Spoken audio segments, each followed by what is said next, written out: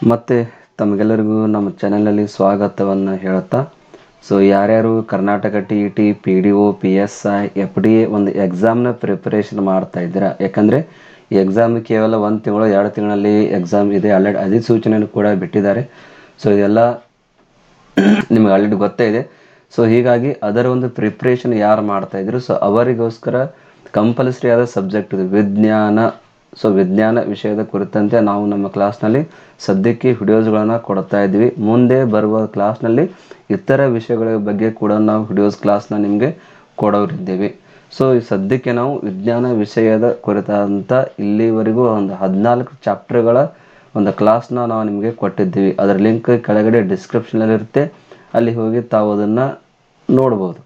ಇನ್ನು ಇವತ್ತಿನ ಒಂದು ಕ್ಲಾಸ್ನಲ್ಲಿ ಚಾಪ್ಟರ್ ನಂಬರ್ 15 ಅನ್ವಯಿಕ ರಸಾಯನಶಾಸ್ತ್ರ, ಅಂದರೆ ಅಪ್ಲಿಕೇಶನ್ಸ್ ಆಫ್ ಕೆಮಿಸ್ಟ್ರಿ.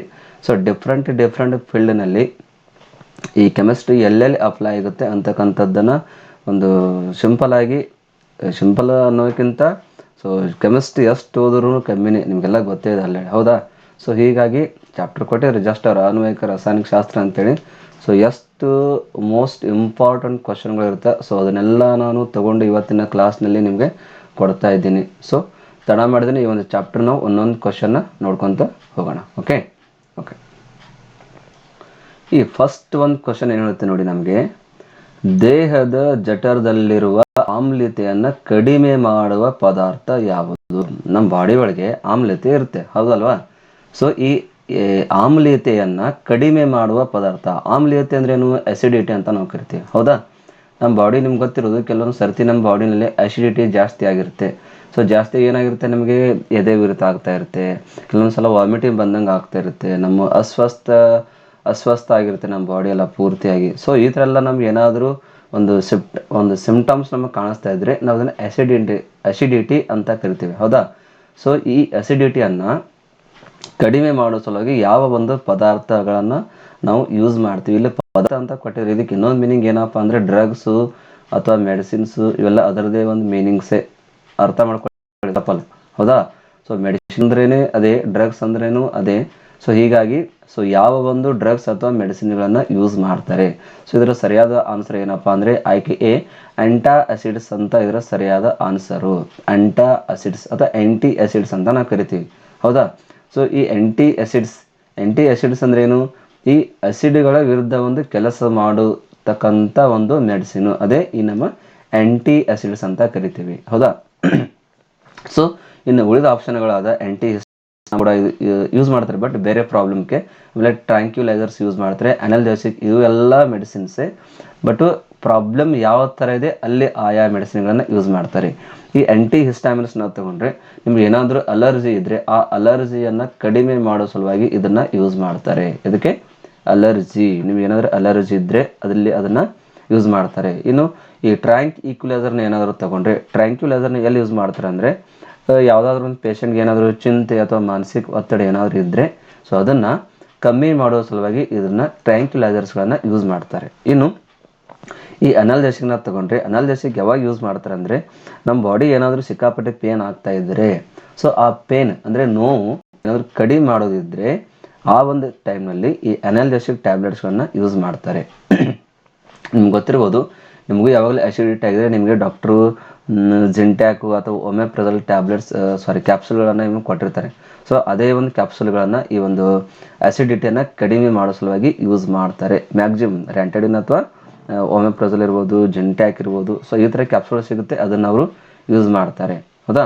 ಸೊ ಇದಿಷ್ಟು ಈ ಒಂದು ಪ್ರಶ್ನೆಯ ಆನ್ಸರ್. ಅಂದರೆ ದೇಹದ ಜಠರದಲ್ಲಿರ್ತಕ್ಕಂಥ ಆಮ್ಲೀಯತೆಯನ್ನು ಕಡಿಮೆ ಮಾಡುವ ಪದಾರ್ಥ ಯಾವುದಪ್ಪ ಅಂದರೆ ಆ್ಯಂಟಿ ಆಸಿಡ್ಸು. ಅದರ ಜೊತೆಗೆ ನಿಮಗೆ ಹಿಸ್ಟಾಮಿನ್ ಬಗ್ಗೆ ಕೂಡ ಮಾಹಿತಿ ಸಿಕ್ತು, ಟ್ರ್ಯಾಂಕ್ಯುಲೈಸರ್ ಕೂಡ ಒಂದು ಮಾಹಿತಿ ಸಿಗುತ್ತೆ, ಆಮೇಲೆ ಅನಲ್ಜೆಸಿಕ್ ಕೂಡ ಒಂದು ನಿಮಗೆ ಮಾಹಿತಿ ಸಿಕ್ಕಿದೆ ಅಂತ ನಾನು ಅಂದ್ಕೊಂಡಿದ್ದೀನಿ. ಓಕೆ. ನೆಕ್ಸ್ಟ್ ಒಂದು ಕ್ವಶನ್ ಹೋಗುವ. ಓಕೆ, ನೆಕ್ಸ್ಟ್ ನೋಡಿ ಏನು ಹೇಳುತ್ತೆ, ಸೆಕೆಂಡ್ ಒಂದು ಕ್ವಶನ್ ಏನಿದೆ ನೋಡಿ. ಸೆಕೆಂಡ್ ಕ್ವಶನು, ಸೂಕ್ಷ್ಮಾಣುಜೀವಿಗಳ ಬೆಳವಣಿಗೆಯನ್ನು ನಾಶ ಮಾಡುವ ಡ್ರಗ್ಸು. ನೋಡಿ, ಸೂಕ್ಷ್ಮಾಣುಜೀವಿಗಳ ಬೆಳವಣಿಗೆಯನ್ನು ನಾಶ ಮಾಡುವ ಡ್ರಗ್ಸ್. ಇಲ್ಲಿ ಡ್ರಗ್ಸ್ ಅಂದರೆ ಮತ್ತೆ ಹೇಳ್ತಾ ಇದ್ದೀನಿ, ಡ್ರಗ್ಸ್ ಅಂದರೆ ಮೆಡಿಸಿನು. ಡ್ರಗ್ಸ್ ಅಂದರೆ ನೀವು ತಿಳ್ಕೊಂಡಂಗಲ್ಲ. ಡ್ರಗ್ಸ್ ಅಂದರೆ ಎಲ್ಲರೂ ಥಿಂಕಿಂಗ್ ಮಾಡೋದೇ ಬೇರೆ, ಬಟ್ ಇಲ್ಲಿ ಡ್ರಗ್ಸ್ ಅಂದರೆ ಸೈಂಟಿಫಿಕ್ ವರ್ಡು ಮೆಡಿಸಿನು. ಹೌದಾ? ಸೊ ಇದಕ್ಕೆ ನಾವು ಮೆಡಿಸಿನ್ ಅಂತ ಕರಿತೇವೆ. ಇಲ್ಲಿ ಕ್ವಶನ್ ಏನಿದೆ ಅಂದರೆ ಸೂಕ್ಷ್ಮಾಣುಜೀವಿಗಳ ಬೆಳವಣಿಗೆಯನ್ನು ನಾಶ ಮಾಡುವ ಮೆಡಿಸಿನ್ ಯಾವುದು? ನೋಡಿ, ಸೂಕ್ಷ್ಮಾಣುಜೀವಿಗಳಂದ್ರೇನು? ಮೈಕ್ರೋ ಆರ್ಗನಿಸಮ್ಸ್ ಏನಿರುತ್ತಲ್ವಾ, ಸೊ ಅದನ್ನು ಆ ಒಂದು ಗ್ರೋತ್ನ ಸ್ಟಾಪ್ ಮಾಡಬೇಕಾದ್ರೆ ಯಾವ ಒಂದು ಮೆಡಿಸಿನ್ಗಳನ್ನು ಯೂಸ್ ಮಾಡ್ತಾರೆ ಅಂತಕ್ಕಂಥದ್ದು ಕ್ವಶನ್ನ ಕೇಳಿದ್ದಾರೆ. ಆಪ್ಷನ್ ನೋಡಿ, ಫಸ್ಟ್ ಆಯ್ಕೆ ಕೊಟ್ಟಿದ್ದಾರೆ ಆ್ಯಂಟಿಬಯೋಟಿಕ್ಸ್ ಕೊಟ್ಟಿದ್ದಾರೆ, ಸೆಕೆಂಡ್ ಅನೆಸ್ಥೆಸಿಸ್ ಇದೆ, ಥರ್ಡು ಡಿಸ್ಇನ್ಫೆಕ್ಟೆಂಟ್ ಇದೆ, ಥರ್ಡು ಫೋರ್ತ್ ಒಂದು ಸಲ್ಫಾ ಡ್ರಗ್ ಇದೆ. ಸೊ ಔಟ್ ಆಫ್ ದೀಸು ನೋಡೋಕ್ಕೆಲ್ಲ ಸಿಮಿಲಾರಿಟೀಸ್ ಥರನೇ ಕಾಣಿಸುತ್ತೆ, ಬಟ್ ನಿಮ್ಗೆ ಸರಿಯಾದ ಆನ್ಸರ್ ಯಾವುದಪ್ಪ ಅಂದರೆ ಆ್ಯಂಟಿಬಯೋಟಿಕ್ಸ್ ಅಂತ ಬರುತ್ತೆ. ಆ್ಯಂಟಿಬಯೋಟಿಕ್ಸ್ ಎದುರು ಆನ್ಸರ್ ಇದು. ಸೂಕ್ಷ್ಮಾಣುಜೀವಿಗಳ ಒಂದು ಬೆಳವಣಿಗೆಯನ್ನು ನಾಶ ಮಾಡೋ ಸಲುವಾಗಿ ಯೂಸ್ ಮಾಡ್ತಾರೆ. ಇದ್ರ ಬಿಟ್ಟರೆ ಡಿಸ್ಇನ್ಫೆಕ್ಟೆಂಟ್ ಕೂಡ ಯೂಸ್ ಮಾಡ್ತಾರೆ, ಸಲ್ಫಾ ಡ್ರಗ್ ಕೂಡ ಯೂಸ್ ಮಾಡ್ತಾರೆ, ಬಟ್ ಇದ್ರ ಕಂಡೀಷನ್ ಬೇರೆ ಇದೆ. ಆಮೇಲೆ ಇಲ್ಲಿ ಅವರು ಸ್ಪಷ್ಟವಾಗಿ ನಿಮಗೆ ನಿಖರವಾದಂಥ ಪ್ರಶ್ನೆಯನ್ನು ಕೇಳಿಲ್ಲ, ಜಸ್ಟ್ ಕಾಮನ್ ಕ್ವಶನ್ ಇದು. ಸೂಕ್ಷ್ಮಾಣುಜೀವಿಗಳ ಬೆಳವಣಿಗೆಯನ್ನು ನಾಶ ಮಾಡೋ ಮೆಡಿಸಿನು, ಡಿಸ್ಇನ್ಫೆಕ್ಟೆಂಟ್ ಕೂಡ ಅದಕ್ಕೆ ಯೂಸ್ ಆಗುತ್ತೆ, ಸಲ್ಫಾ ಡ್ರಗ್ ಕೂಡ ಅದಕ್ಕೆ ಯೂಸ್ ಆಗುತ್ತೆ, ಅನಸ್ತೇಷಿಯಾ ಯೂಸ್ ಆಗಲ್ಲ. ಹೌದಾ?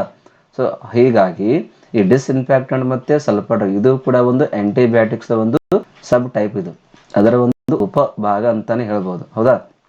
ಸೊ ಆ್ಯಂಟಿಬಯೋಟಿಕ್ಸ್ ಇದರ ಒಂದು ಸರಿಯಾದ ಆನ್ಸರು. ಇನ್ನು ಅನಸ್ತೇಸಿಸ್ ಏನಾದ್ರು ತಗೊಂಡ್ರೆ ಅನಸ್ತೇಸಿಸ್ನ ಎಲ್ಲಿ ಯೂಸ್ ಮಾಡ್ತಾರೆ?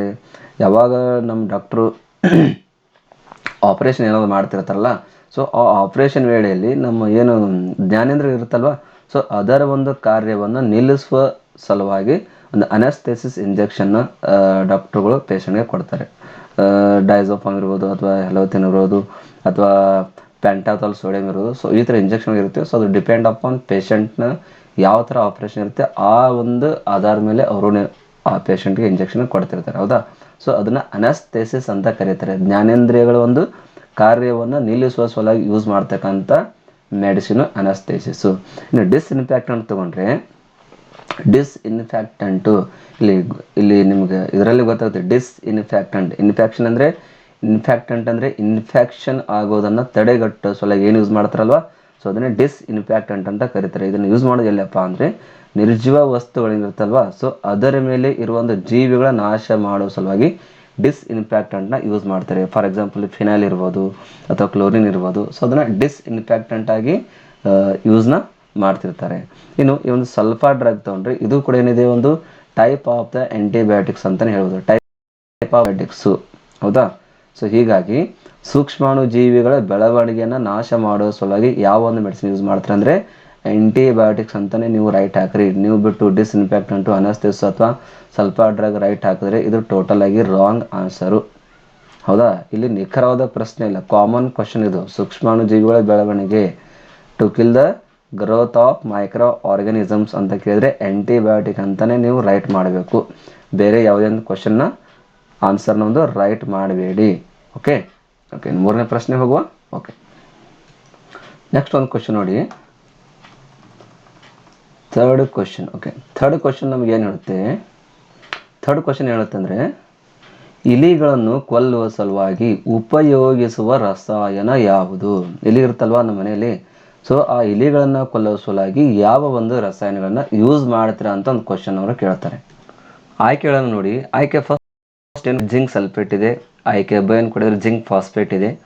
ಆಯ್ಕೆ ಕ ಏನಿದೆ, ಕ್ಯಾಲ್ಸಿಯಂ ಸಲ್ಫೇಟ್ ಇದೆ. ಆಯ್ಕೆ ಡ ಕಾಪರ್ ಸಲ್ಫೇಟ್ ಅಂತ ಕೊಟ್ಟಿದ್ದಾರೆ. ಸೊ ನಿಮ್ಮ ಒಂದು ಕಾಮನ್ ನಾಲೆಜ್ ಪ್ರಕಾರ ಅಥವಾ ನಿಮ್ಮ ಒಂದು ಕಾಮನ್ ನಾಲೆಜ್ ಪ್ರಕಾರ ಯಾವ್ದು ಯೂಸ್ ಮಾಡ್ತಾರೆ ಅಂದರೆ ಜಿಂಕ್ ಫಾಸ್ಫೇಟ್ನ ಯೂಸ್ ಮಾಡ್ತಾರೆ. ಸೊ ಇದೆಲ್ಲರಿಗೂ ಗೊತ್ತಿರೋ ಆನ್ಸರ್ ಅಂತ ಅಂದ್ಕೊಂಡಿದ್ದೀನಿ. ಜಿಂಕ್ ಫಾಸ್ಫೇಟ್ನ ಏನು ಯೂಸ್ ಮಾಡ್ತಾರೆ?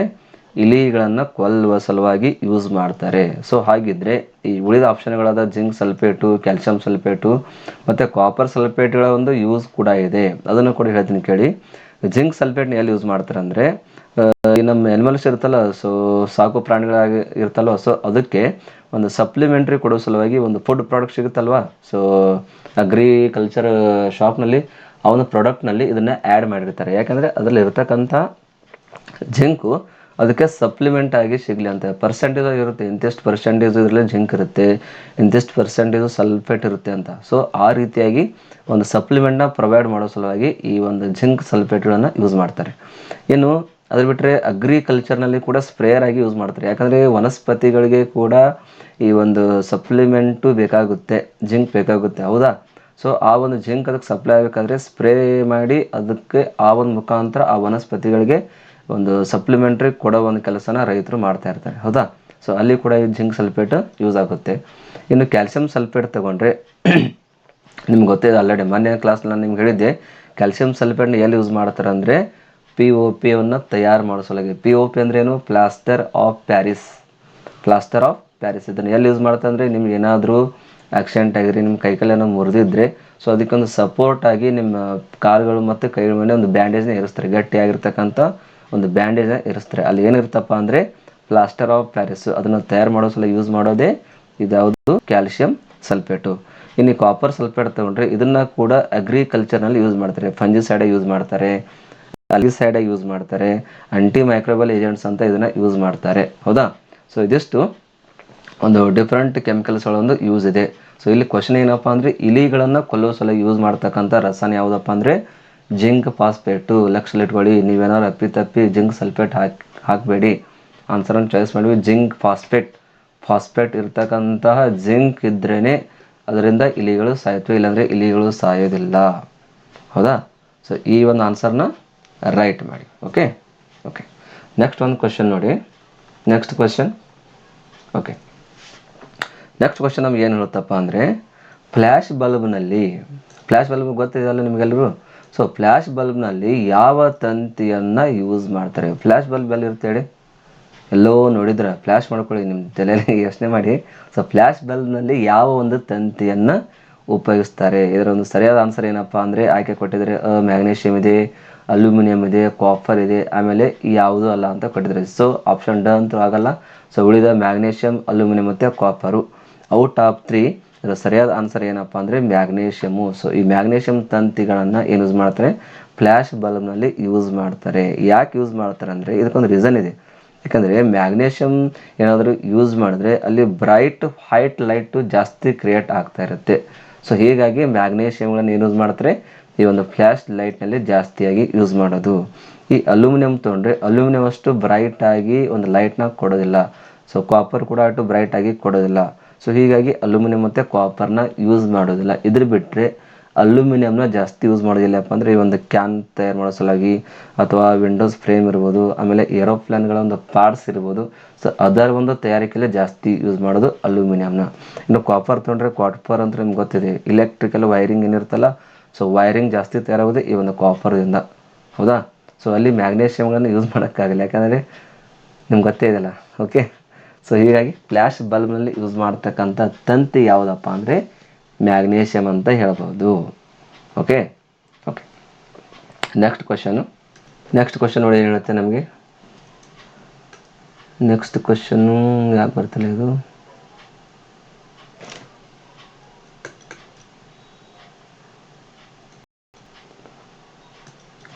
ನೆಕ್ಸ್ಟ್ ಕ್ವಶನ್ ನೋಡಿ. ಚಿನ್ನವನ್ನು ಗಟ್ಟಿಯಾಗಿಸಲು ಅದರ ಜೊತೆ ಏನನ್ನು ಬೆರೆಸಲಾಗುತ್ತೆ? ಚಿನ್ನ ಅಂದರೆ ಗೋಲ್ಡು. ನಿಮ್ಗೆ ಗೊತ್ತಿರಲಿ, ಗೋಲ್ಡ್ ಏನಾದರೂ ನಾವು ಪ್ಯೂರ್ ಗೋಲ್ಡ್ ಯೂಸ್ ಮಾಡಿ ಏನಾದರೂ ಒಂದು ಜ್ಯುವೆಲ್ರಿ ಏನಾದರೂ ತಯಾರು ಮಾಡಿದ್ರೆ ಅಲ್ಲಿ ಅದು ಬೇಗನೆ ಮಣಿಯುತ್ತೆ, ಹೌದಾ. ಸೊ ಹೀಗಾಗಿ ಅದ್ರ ಜೊತೆ ಏನು ಮಿಕ್ಸ್ ಮಾಡ್ತಾರೆ ಅಂದರೆ ಇನ್ನೂ ಯಾವುದೋ ಒಂದು ಎಲಿಮೆಂಟ್ಸ್ನ ಮಿಕ್ಸ್ ಮಾಡ್ತಾರೆ. ಇಲ್ಲಿ ಕೊಟ್ಟಿದ್ರೆ ತಾಮ್ರ ಏನಾದರೂ ಮಿಕ್ಸ್ ಮಾಡ್ತಾರೆ, ಕಬ್ಬಿಣ ಅಥವಾ ತವರು ಅಥವಾ ಯಾವುದೂ ಅಲ್ಲ, ಹೌದಾ. ಸೊ ಔಟ್ ಆಫ್ 3 ಯಾವುದೋ ಒಂದನ್ನು ಅದ್ರ ಜೊತೆ ಮಿಕ್ಸ್ ಮಾಡ್ತಾರೆ. ಸೊ ಯಾವ ಒಂದು ಎಲಿಮೆಂಟ್ನ ಚಿನ್ನದ ಜೊತೆಗೆ ಮಿಕ್ಸ್ ಮಾಡ್ತಾರೆ ಅಂತ ಕೇಳ್ತಾರೆ ನಿಮ್ಮ. ಸೊ ಇದ್ರ ಸರಿಯಾದ ಆಯ್ಕೆ ಏನಪ್ಪ ಅಂದರೆ ತಾಮ್ರ. ಸೊ ತಾಮ್ರ ಏನಾದರೂ ಚಿನ್ನದ ಜೊತೆ ಮಿಕ್ಸ್ ಮಾಡಿದ್ರೆ ಈಸಿಯಾಗಿ ಒಂದು ಗಟ್ಟಿಯಾಗಿರ್ತಕ್ಕಂಥ ವಸ್ತುಗಳನ್ನ ತಯಾರು ಮಾಡ್ಬೋದು, ಹೌದಾ. ಯಾಕಂದ್ರೆ ಚಿನ್ನ ಇದು ಎಕ್ದಮ್ ಸಾಫ್ಟ್ ಒಂದು ಎಲಿಮೆಂಟ್, ಹೌದಾ. ಸೊ ಹೆಂಗೆ ಬೇಕೋ ಹಂಗೆ ಅದು ಮಣಿಯೋಕ್ಕೆ ಸ್ಟಾರ್ಟ್ ಆಗುತ್ತೆ. ಸೊ ಹೀಗಾಗಿ ಅದು ಮಣಿಬಾರ್ದಂತ, ಹೌದಾ. ನೋಡಿ, ನಿಮ್ಮ ಲೇಡೀಸು ಜಾಸ್ತಿ ಯೂಸ್ ಮಾಡೋದು ಈ ಆರ್ನಮೆಂಟ್ಸ್, ಜ್ಯುವೆಲ್ರಿ ಪ್ರಾಡಕ್ಟ್, ಹೌದಾ. ಸೊ ಅವರು ಕೊರಳಲ್ಲಿರ್ಬೋದು, ಕಿವಿಲಿರ್ಬೋದು ಅಥವಾ ಮುಗಲಲ್ಲಿರ್ಬೋದು. ಸೊ ಆ ಪ್ರಾಡಕ್ಟ್ ಏನಾದ್ರು ತಯಾರು ಮಾಡಬೇಕಾದ್ರೆ ಅದು ಬೇಗನೆ ಮಣದೋಗುತ್ತೆ. ಸೊ ಮಣಿಬಾರ್ದಂದರೆ ಈ ಒಂದು ತಾಮ್ರನ ಅದ್ರ ಜೊತೆ ಮಿಕ್ಸ್ ಮಾಡಲೇಬೇಕು. ಸೊ ಮಿಕ್ಸ್ ಮಾಡಿದ್ರೆ ಮಾತ್ರ ಅದು ಗಟ್ಟಿಯಾಗುತ್ತೆ. ಸೊ ಕಬ್ಬಿಣನ ಯಾವತ್ತೂ ಮಿಕ್ಸ್ ಮಾಡಲ್ಲ, ಹೌದಾ. ನಿಮ್ಗೆ ಗೊತ್ತಿರಲಿ, ಕಬ್ಬಿಣನ ಯಾವತ್ತೂ ಮಿಕ್ಸ್ ಮಾಡಲ್ಲ. ಸೊ ಮಿಕ್ಸ್ ಮಾಡಿದ್ರೆ ಏನಾಗುತ್ತೆ? ಅದು ಮಣಿಯೋದು ಬಿಡಿ, ಅದರ ಒಂದು ಡಿಮೆರಿಟ್ಸ್ ಸಿಕ್ಕಾಬಿಟ್ಟು ಬರುತ್ತೆ, ಹೌದಲ್ಲ. ಸೊ ಬೇಗನೆ ಅದು ಕರಗಾಗೋದು, ಬೇಗನೆ ಅದು ಮುರಿದು ಹೋಗೋದು, ಆಮೇಲೆ ಇನ್ನೂ ಥರ ಒಂದು ಪ್ರಾಬ್ಲಮ್ಗಳು ಜಾಸ್ತಿ ಕ್ರಿಯೇಟ್ ಆಗ್ತಾ ಹೋಗುತ್ತೆ. ಅಷ್ಟು ಚೆನ್ನಾಗಿ ನೋಡೋಕ್ಕೆ ಕಾಣಿಸಲ್ಲ. ಸೊ ಕಬ್ಬಿಣ ಮಿಕ್ಸ್ ಮಾಡಿದ್ರೆ ಗೋಲ್ಡನ್ ಅಂತ ಅನಿಸೋದಿಲ್ಲ. ಏನಾದ್ರು ತಾಮ್ರ ಮಿಕ್ಸ್ ಮಾಡಿದ್ರೆ ಮಾತ್ರ ಅದು ಗೋಲ್ಡನ್ ಇದೆ ಅಂತ ನೋಡೋಕ್ಕೆ ಸ್ವಲ್ಪ ಅದು ಚೆನ್ನಾಗಿ ಕಾಣಿಸುತ್ತೆ. ಕಬ್ಬಣ ಅಥವಾ ನೀವೇನೋ ತವರ್ ಟಿನ್ ಏನಾದ್ರು ಯೂಸ್ ಮಾಡಿದ್ರೆ ಅದು ಗೋಲ್ಡನ್ ಥರ ನೋಡೋಕ್ಕೆ ಕಾಣಿಸಲ್ಲ. ಬಟ್ ತಾಮ್ರನ ಮಿಕ್ಸ್ ಮಾಡಿದ್ರೆ ಅದು ಗೋಲ್ಡನ್ ಥರ ಇದೆ, ಬಟ್ ಮಿಕ್ಸ್ ಮಾಡಿದ ಕೂಡ ಗೊತ್ತಾಗಲ್ಲ. ಹೌದಾ? ಓಕೆ. ಸೊ ಚಿನ್ನವನ್ನು ಗಟ್ಟಿಯಾಗಿಸಲು ಅದ್ರ ಜೊತೆ ಏನನ್ನು ಬೆರೆಸಲಾಗುತ್ತೆ ಅಂದರೆ ತಾಮ್ರವನ್ನು ಅದ್ರ ಜೊತೆ ಬೆರೆಸಲಾಗುತ್ತೆ. Okay okay. ಇನ್ನು ನೆಕ್ಸ್ಟ್ ಒಂದು ಕ್ವಶನ್ ನೋಡಿ ಏನು ಹೇಳುತ್ತೆ. ಓಕೆ, ನೆಕ್ಸ್ಟ್ ಒಂದು ಕ್ವಶನ್ನು, ನಗಿಸುವ ಅನಿಲ ಯಾವುದು? ನಗಿಸುವ ಅನಿಲ ಯಾವುದು ಅಂತ ಒಂದು ಕ್ವಶನ್ ಕೇಳಿದರೆ, ನಗಿಸುವ ಅನಿಲ ಆಪ್ಷನ್ಗಳು ನೋಡಿ. ಆಯ್ಕೆ N2 ಇದೆ, ಆಯ್ಕೆ ಬ CH4 ಇದೆ, ಆಯ್ಕೆ ಕ CO2 ಇದೆ, ಆಯ್ಕೆ ಡ NO2. N2O, CH4, CO2, NO2. ನಿಮ್ಮ ಗೆಸ್ ಪ್ರಕಾರ, ನಿಮ್ಮ ಥಿಂಕಿಂಗ್ ಪ್ರಕಾರ ಆನ್ಸರ್ ಯಾವುದಪ್ಪ ಅಂದರೆ N2O. ಏನಂತಾರೆ ಇದಕ್ಕೆ? N2 ಅಂದರೆ ನೈಟ್ರಸ್ ಕರೀತಾರೆ. ಏನು? Nitrous oxide. ಸೊ ಈ ಒಂದು ಗ್ಯಾಸನ್ನು ನಗಿಸುವ ಅನಿಲ ಅಂತ ಕರೀತಾರೆ, ಅಥವಾ ಲಾಫಿಂಗ್ ಗ್ಯಾಸ್ ಅಂತ ಕರೀತಾರೆ. ಈ ಮಿಥೇನ್ ತೊಗೊಂಡ್ರೆ, ಮಿಥೇನ್ ಯಾಕೆ ನಗ್ಸೋಕ್ಕಾಗಲ್ಲ? ಯಾಕಂದರೆ ಮಿಥೇನ್ ನಿಮ್ಗೆ ಗೊತ್ತೇ ಇದೆ ಆಲ್ರೆಡಿ. ಏನು ಗೊತ್ತಿದೆ? ಮಿಥೇನ್ ಎಲ್ಲಿ ಇರುತ್ತಪ್ಪ ಅಂದರೆ ಬಯೋಗ್ಯಾಸ್ನಲ್ಲಿ ಇರ್ತಕ್ಕಂಥ ಒಂದು ಗ್ಯಾಸ್ ಇದು. ಸೊ ಇದನ್ನು ಅಡಿಗೆ ಅನಿಲವಾಗಿ ಯೂಸ್ ಮಾಡ್ತಾರೆ. ಸೊ ಹೀಗಾಗಿ ಅದರ ಸ್ಮೆಲ್ಲೇ ಬೇರೆ ಬರುತ್ತೆ, ಹೌದಲ್ವ? ಸೊ ಇದು ಏನೋ ಸ್ಮೆಲ್ ತೊಗೊಂಡ್ರೆ ನಾವೇನು ನಗಲ್ಲ, ಹೌದಾ? ಸೊ ಹೀಗಾಗಿ ಇದರ ಒಂದು ಆನ್ಸರ್ ಏನಪ್ಪ ಅಂದರೆ N2O, ನಗಿಸುವ ಅನಿಲ, ನೈಟ್ರಸ್ ಆಕ್ಸೈಡು. ನೀವು CO2 ಕೂಡ ಗೊತ್ತಿದೆ, ಕಾರ್ಬನ್ ಡೈಆಕ್ಸೈಡ್ ಇದೆ, NO2 ಇದೆ, ನೈಟ್ರೋಜನ್ ಡೈಆಕ್ಸೈಡ್ ಇದೆ. ಸೊ ಈ ಮಿಥೇನ್ ತೊಗೊಂಡ್ರೆ ಗೊಬ್ಬರ ಗ್ಯಾಸ್ನ ಬರುತ್ತೆ, ಇದಂತೂ ನಿಮ್ಗೆ ಗೊತ್ತಿದೆ. CO2 ಎಲ್ಲಿರುತ್ತೆ? ಎಲ್ಲಿ ಸಿಗುತ್ತೆ ನಮಗೆ?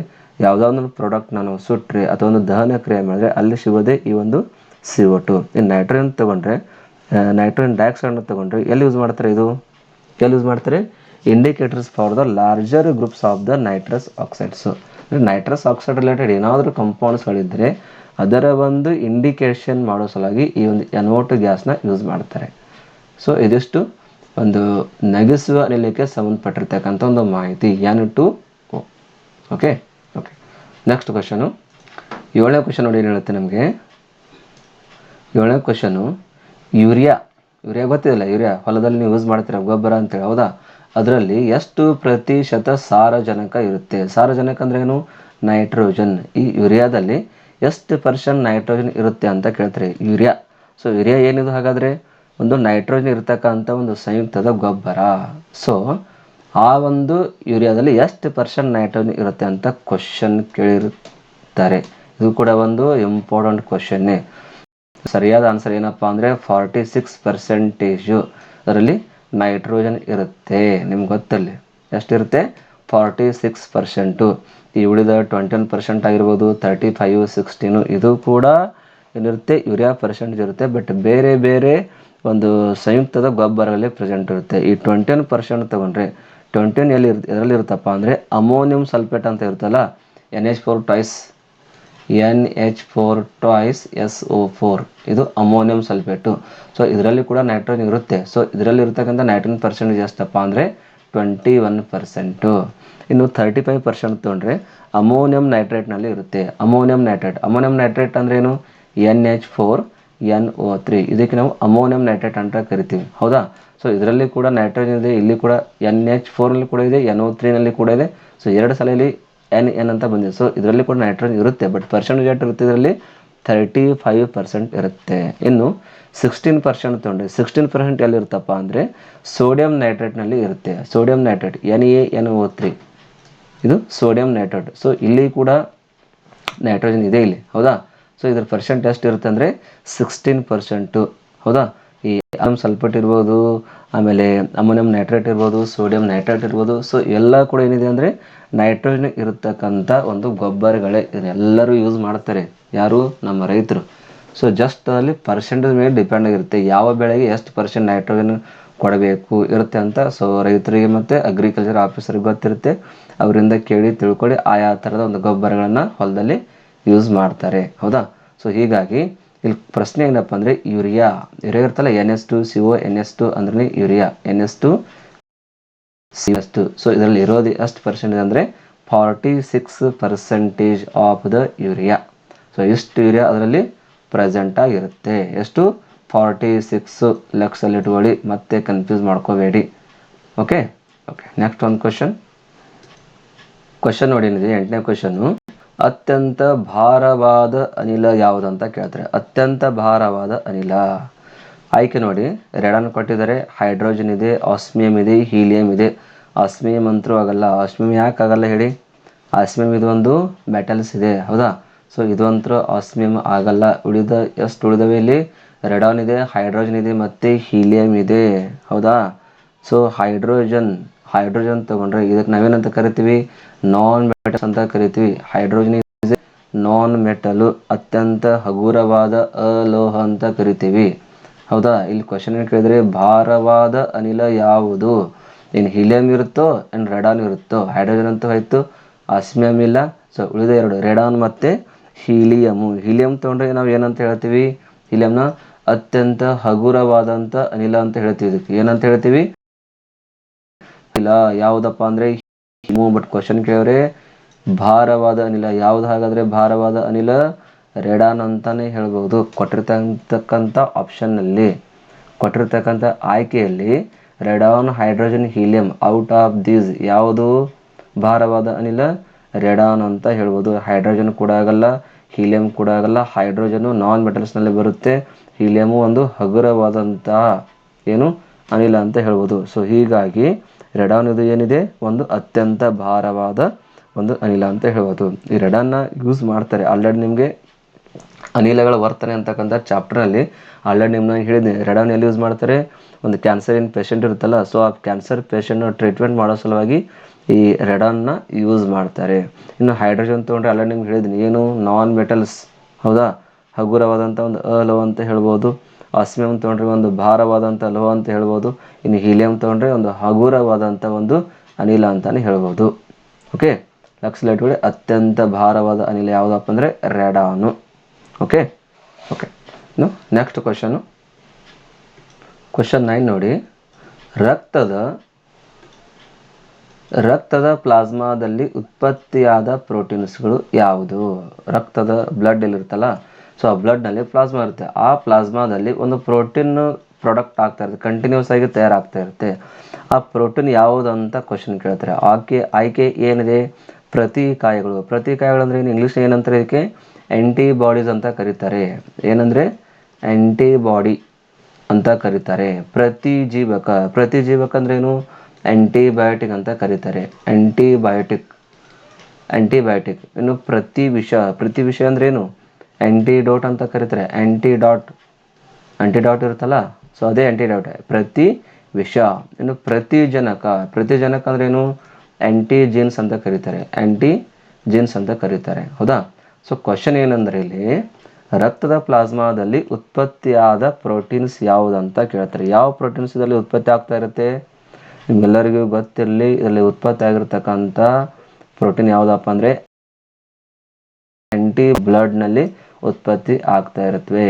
ಪ್ರತಿಕಾಯಗಳು ಅಂದರೆ ಆ್ಯಂಟಿಬಾಡೀಸ್ ಅಂತ ಕರಿತೀವಿ. ಇದು one type of the proteins ಅಂತಲೇ ಹೇಳ್ಬೋದು, ಹೌದಾ? ಸೊ ರಕ್ತದ ಪ್ಲಾಸ್ಮಾದಲ್ಲಿ ಉತ್ಪತ್ತಿಯಾದ ಪ್ರೋಟೀನ್ ಯಾವುದಂದರೆ ಆ್ಯಂಟಿಬಾಡೀಸ್. ಹಾಗಾದರೆ ಈ ಆ್ಯಂಟಿಬಯೋಟಿಕ್ಸು, ಆ್ಯಂಟಿಡಾಟ್ಸು ಮತ್ತು ಆ್ಯಂಟಿಜೀನ್ಸ್ ಏನು ನಿಮ್ಗೆ ಗೊತ್ತಿರಲಿ. ಆ್ಯಂಟಿಬಯೋಟಿಕ್ಸ್ ಅಂದರೆ ಪ್ರತಿಜೀವಕ ಅಂದರೆ ಏನಂತೀವಿ ನಾವು? ಒಂದು ಬ್ಯಾಕ್ಟೀರಿಯಾಗಳಿಂದ ತಯಾರು ಮಾಡಿರ್ತಕ್ಕಂಥ ಒಂದು ಔಷಧ ಅಂತಲೇ ಹೇಳ್ಬೋದು, ಹೌದಾ? ಆ್ಯಂಟಿಬಯೋಟಿಕ್ಸ್ ನಿಮ್ಗೆ ಏನಾದರೂ ಸಿಂಪಲಾಗಿ ಶೀತಾದರೆ, ಜ್ವರ ಆದರೆ ಅಥವಾ ಕೆಮ್ಮಾದರೆ ನಿಮ್ಗೇನು ಕೊಡ್ತಾರೆ? ಆ್ಯಂಟಿಬಯೋಟಿಕ್ ಇಂಜೆಕ್ಷನ್ಗಳನ್ನು ಕೊಟ್ಟಿರ್ತಾರೆ. ಅಂದರೆ ಪ್ರತಿಜೀವಕ ಅಂದರೆ ಇದು ಕೂಡ ಒಂದು ಬ್ಯಾಕ್ಟೀರಿಯಾಗಳು ಯೂಸ್ ಮಾಡಿಕೊಂಡು ಒಂದು ಮೆಡಿಸಿನ್ನ ತಯಾರಿಸ್ತಾರೆ, ಇಂಜೆಕ್ಷನ್ನ ತಯಾರು ಮಾಡ್ತಾರೆ. ಅದನ್ನೇ ಕೊಡೋದು ಡಾಕ್ಟರ್ ನಿಮಗೆ, ಹೌದಾ? ಇನ್ನು ಆ್ಯಂಟಿಡಾಟ್ಸ್ ಅಂದರೆ ಪ್ರತಿವಿಷ ಅಂತ ಕರಿತೀವಿ. ಪ್ರತಿವಿಷ ಅಂದರೆ ಆ್ಯಂಟಿಡಾಟ್ ಅಂದರೆ ವಿಷದ ವಿರುದ್ಧ ಬಳಸುವ ಒಂದು ಔಷಧಿ ಅಂತಲೇ ಹೇಳ್ಬೋದು. ಆ್ಯಂಟಿಡಾಟ್ ಪ್ರತಿವಿಷ ಅಂದರೆ ವಿಷದ ವಿರುದ್ಧ ಒಂದು ಬಳಸ್ತಕ್ಕಂಥ ಒಂದು ಇಂಜೆಕ್ಷನು ಅಥವಾ ಒಂದು ಔಷಧ ಅಂತ ಹೇಳ್ಬೋದು, ಹೌದಾ? ಇನ್ನು ಈ ಪ್ರತಿಜನಕ ಅಂದ್ರೇನು? ಆ್ಯಂಟಿಜನ್ ಅಂದ್ರೇನು? ಆ್ಯಂಟಿಬಾಡೀಸ್ ಏನಿರುತ್ತಲ್ಲ, ಆ್ಯಂಟಿಬಾಡೀಸ್ ಎಲ್ಲಿದೆ? ಪ್ರತಿಕಾಯಕಗಳು. ಸೊ ಇದರ ಒಂದು ರಚನೆಯನ್ನು ಉತ್ತೇಜಿಸುವ ಸಾಮರ್ಥ್ಯಗಳು ಯಾವ ಹೊಂದಿರ್ತವಪ್ಪ ಅಂದರೆ ಈ ಆ್ಯಂಟಿಜೀನ್ಸ್ಗಳು ಹೊಂದಿರುತ್ತವೆ, ಹೌದಾ? ಸೊ ಹೀಗಾಗಿ ಈ 4 ಆಯ್ಕೆಗಳ ಪೈಕಿ ಕರೆಕ್ಟ್ ಆನ್ಸರ್ ಏನಪ್ಪ ಅಂದರೆ ರಕ್ತದ ಪ್ಲಾಸ್ಮಾದಲ್ಲಿ ಉತ್ಪತ್ತಿಯಾದ ಪ್ರೋಟೀನ್ ಯಾವುದಪ್ಪ ಅಂದರೆ ಪ್ರತಿಕಾಯಗಳು, ಆ್ಯಂಟಿಬಾಡೀಸ್ ಅಂತ ಕರೀತಾರೆ. ನೋಡಿ, ಕ್ವಶನ್ ನಿಮ್ಗಲ್ಲಿ ಕನ್ನಡದಲ್ಲಿ ಕೂಡ ಕೊಟ್ಟಿದ್ದಾರೆ, ಇಂಗ್ಲೀಷ್ನಲ್ಲಿ ಕೂಡ ಇರುತ್ತೆ. ನಿಮ್ಗೆ ಏನಾದರೂ ಅರ್ಥ ಆಗಿಲ್ಲ ಅಂದರೆ ಕನ್ನಡ ಟು ಇಂಗ್ಲೀಷ್ ನೋಡ್ಕೋಬೇಕು, ಇಂಗ್ಲೀಷ್ ಟು ಕನ್ನಡ ನೀವು ನೋಡ್ಕೋಬೇಕು. ಸೊ ನೀವು ನೋಡಿಕೊಂಡ್ರೆ ನಿಮಗೆ ಆ ಒಂದು ಪ್ರಶ್ನೆಯ ಒಂದು ಅರ್ಥ ಆಗುತ್ತೆ, ಇಲ್ಲಾಂದರೆ ಆ ಪ್ರಶ್ನೆ ನಿಮಗೆ ಅರ್ಥ ಆಗಲ್ಲ. ಹೌದಾ? ಓಕೆ, ನೆಕ್ಸ್ಟ್ ಒಂದು ಕ್ವಶನ್ ನೋಡಿ. ನೆಕ್ಸ್ಟ್ ಒಂದು ಕ್ವಶನ್ ಏನಿದೆ ನೋಡಿ, ಮಧುಮೇಹ ಅಂದ್ರೇನು? Sugar patients. ಸೊ ಶುಗರ್ ಹೊಂದಿರುವ ವ್ಯಕ್ತಿಗಳು ಬಳಸುವ ಸಕ್ಕರೆ. ನೋಡಿ, ನಿಮ್ಮಲ್ಲಿ ಏನಾದರೂ ಶುಗರ್ ಪೇಷಂಟ್ಸ್ ಇದ್ದರೆ, ಸೊ ಆ ಶುಗರ್ ಪೇಷಂಟು ಎಲ್ಲ ಥರ ರುಚಿಕರವಾದಂಥ ಪದಾರ್ಥಗಳನ್ನ ತಿಂತಿರ್ತಾರೆ. ಆ ತಿಂತಿರ್ತಕ್ಕಂಥ ಪದಾರ್ಥದಲ್ಲಿ ಯಾವ ರೀತಿ ಒಂದು ಸಕ್ಕರೆಯನ್ನು ಬಳಸ್ತಾರೆ. ಬಟ್ ನಾವು ಯೂಸ್ ಮಾಡೋ ನಾವು ಯೂಸ್ ಮಾಡೋ ನಾರ್ಮಲ್ ಶುಗರ್ ಇರಲ್ಲ. ಅಲ್ಲಿ ಶುಗರ್ ಯಾವುದಪ್ಪ ಅಂದರೆ ಇದು ಇರ್ತದೆ ನೋಡಿ, ಶಾಕ್ರಿನ್ ಇದೆ, ಅಸ್ಪಾರ್ಟಮ್ ಇದೆ, ಸುಕ್ರೋಲೋಸ್ ಇದೆ, ಅಥವಾ ಯಾವುದೂ ಅಲ್ಲ. ಸೊ ಔಟ್ ಆಫ್ 3 ಏನು ಕೊಟ್ಟಿದ್ದಾರಲ್ಲ, ಸೊ ಇವೆಲ್ಲ ಸಕ್ಕರೆಗಳೇ. ಶಾಕ್ರಿನ್ ಇರ್ಬೋದು, ಅಸ್ಪಾರ್ಟಮು, ಸುಕ್ರೋಸ್, ಇವೆಲ್ಲ types of the sugar. But ಇವೆಲ್ಲ ಹೆಂಗಿರ್ತಪ್ಪ ಅಂದರೆ ಆರ್ಟಿಫಿಷಿಯಲ್ ಶುಗರ್ ಅಂತ ಕರಿತೀವಿ. ಯಾವುದು? Artificial sugar. ಸೊ ಇಲ್ಲಿ ಶುಗರ್ ಪೇಷಂಟು ಯಾವ ಒಂದು ಸಕ್ಕರೆಯನ್ನು ಬಳಸ್ತಾರಪ್ಪ ಅಂದರೆ, ಸರಿಯಾದ ಆನ್ಸರ್ ಏನಂದರೆ ಅದಕ್ಕೆ ಶಾಕರಿನ್ ಅಂತಕ್ಕಂಥ ಒಂದು ಆರ್ಟಿಫಿಷಿಯಲ್ ಶುಗರ್ ಬರುತ್ತೆ. ಈ ಒಂದು ಶುಗರ್ನ ಅವರು ಯೂಸ್ ಮಾಡ್ತಾರೆ. ಇದು ಸಕ್ಕರೆಗಿಂತ ಎಷ್ಟು ಸಿಹಿಯಾಗಿರ್ತಪ್ಪ ಅಂದರೆ ಒಂದು 550 ಪಟ್ಟು ಇದು ಸಕ್ಕರೆಗಿಂತ ಸಿಹಿಯಾಗಿರುತ್ತೆ. ಅಂದರೆ ಒಂಥರ ಈ ಸ್ಮಾಲ್ ಸಾಲ್ಟ್ ಇರಲ್ವಾ, ನಾವು ಯೂಸ್ ಮಾಡೋ ಸಾಲ್ಟು, ಸೊ ಅದೇ ಥರ ಒಂದು ಪೌಡರ್ ಸಿಗುತ್ತೆ ಸಕ್ಕರೆ ಅಂತ. ಸೊ ಅದನ್ನು ಯೂಸ್ ಮಾಡಿಕೊಂಡು ಒಂದು ಸಿಹಿ ಪದಾರ್ಥಗಳನ್ನು ತಯಾರು ಮಾಡ್ತಾರೆ. ಆ ಪದಾರ್ಥಗಳನ್ನ ಅಷ್ಟೇ ಅವರು ತಿನ್ನಬೇಕು. ಅದನ್ನ ಬಿಟ್ಟರೆ ಏನಾದರೂ ನಾರ್ಮಲ್ ಶುಗರ್ ಯೂಸ್ ಮಾಡಿ ತಯಾರು ಮಾಡಿರ್ತಕ್ಕಂಥ ಪದಾರ್ಥಗಳು ಏನಾದರೂ ತಿಂದರೆ ಅವರ ಒಂದು ಹೆಲ್ತ್ ಪ್ರಾಬ್ಲಮ್ 100% ಆಗುತ್ತೆ. ಹೌದಾ? ಇನ್ನು ಈ ಅಸ್ಪಾರ್ಟಮ್ ತಗೊಂಡ್ರೆ, ಅಸ್ಪಾರ್ಟಮ್ ಇದೆ, ಇದನ್ನು ಎಲ್ಲಿ ಯೂಸ್ ಮಾಡ್ತಾರೆ ಅಂದರೆ ಮೃದು ಪಾನೀಯಗಳು ಏನಿರ್ತಲ್ಲ, ಸಾಫ್ಟ್ ಡ್ರಿಂಕ್. ಸೊ ಆ ಸಾಫ್ಟ್ ಡ್ರಿಂಕ್ಗಳ ಒಂದು ತಯಾರಿಕೆಯಲ್ಲಿ ಇದನ್ನು ಯೂಸ್ ಮಾಡ್ತಾರೆ. ಜಾಸ್ತಿ ಯೂಸ್ ಮಾಡೋದು ಇಲ್ಲೇ ಇದನ್ನು. ಸಾಫ್ಟ್ ಡ್ರಿಂಕು ನಿಮ್ಮ ಕೋಕೋ ಕೋಲಾ ಇರ್ಬೋದು, ಸ್ಪ್ರೈಟ್ ಇರ್ಬೋದು, ಮಿರಿಂಡಾ ಇರ್ಬೋದು, ಲಿಮ್ಕಾ ಇರ್ಬೋದು, ಇನ್ನೂ ಏನೋ ಸಿಗುತ್ತಲ್ವ. ಸೊ ಪ್ರತಿಯೊಂದು ಸಾಫ್ಟ್ ಡ್ರಿಂಕ್ನಲ್ಲಿ ಯೂಸ್ ಮಾಡೋದೇ ಇದೆ. ಯಾವುದು? ಅಸ್ಪಾರ್ಟಮು. ಸೊ ಹೀಗಾಗಿ ಅದರ ಒಂದು ಟೇಸ್ಟ್ ಒಂಥರ ಡಿಫ್ರೆಂಟ್ ಆಗಿರುತ್ತೆ. ನಾರ್ಮಲ್ ಶುಗರ್ ಆಗಿರ್ತಕ್ಕಂಥ ನಾವು ಏನಾದರೂ ಸಾಫ್ಟ್ ಡ್ರಿಂಕ್ಸ್ನ ಸರ್ಬತ್ನ ಕುಡಿದ್ರೆ ಟೇಸ್ಟೇ ಬೇರೆ ಇರುತ್ತೆ. ಹೌದಲ್ವಾ? ಸೊ ಅದೇ ರೀತಿ ಸ್ಪ್ರೈಟ್ ಕುಡೀರಿ, ಮಿರಿಂಡಾ ಕುಡೀರಿ, ಲಿಮ್ಕಾ ಕುಡೀರಿ, ಅದರ ಒಂದು ಟೇಸ್ಟೇ ಬೇರೆ ಇರುತ್ತೆ. ಯಾಕೆ ರೀಸನಪ್ಪ ಅಂದರೆ ಅದರಲ್ಲಿರೋದು ಆರ್ಟಿಫಿಷಿಯಲ್ ಶುಗರ್, ಅಸ್ಪಾರ್ಟಮು. ಇನ್ನು ಈ ಸುಕ್ರೋಲೋಸ್ ತೊಗೊಂಡ್ರೆ ಇದು ಕೂಡ ಒಂದು ಆರ್ಟಿಫಿಷಿಯಲ್ ಶುಗರ್ ಇರುತ್ತೆ. ಇದನ್ನು ಜಾಸ್ತಿ ಎಲ್ಲಿ ಯೂಸ್ ಮಾಡ್ತಾರೆ ಅಂದರೆ ಈ ಹಾಟ್ ಫುಡ್ ಪ್ರಾಡಕ್ಟ್ನೇನೋ ತಯಾರು ಮಾಡ್ತಿರ್ತಾರಲ್ಲ, ಸೊ ಹಾಟ್ ಫುಡ್ ಪ್ರಾಡಕ್ಟ್ನಲ್ಲಿ ಜಾಸ್ತಿ ಯೂಸ್ ಮಾಡೋದು ಇದೆ ಸುಕ್ರೋಲೋಸು. ಹೌದಾ? ಸೊ ಹೀಗಾಗಿ ಮಧುಮೇಹ ಹೊಂದಿರುವ ಅಂದರೆ ಶುಗರ್ ಪೇಷಂಟ್ಗಳು ಯಾವ ರೀತಿ ಒಂದು ಸಕ್ಕರೆ ಇರ್ತಕ್ಕಂಥ ಪದಾರ್ಥಗಳನ್ನು ಬಳಸ್ತಾರೆ ಅಂದರೆ ಸ್ಯಾಕರೀನು. ಸರಿಯಾದ ಆನ್ಸರ್ ಏನಪ್ಪ ಅಂದರೆ ಸ್ಯಾಕರೀನು. ಓಕೆ.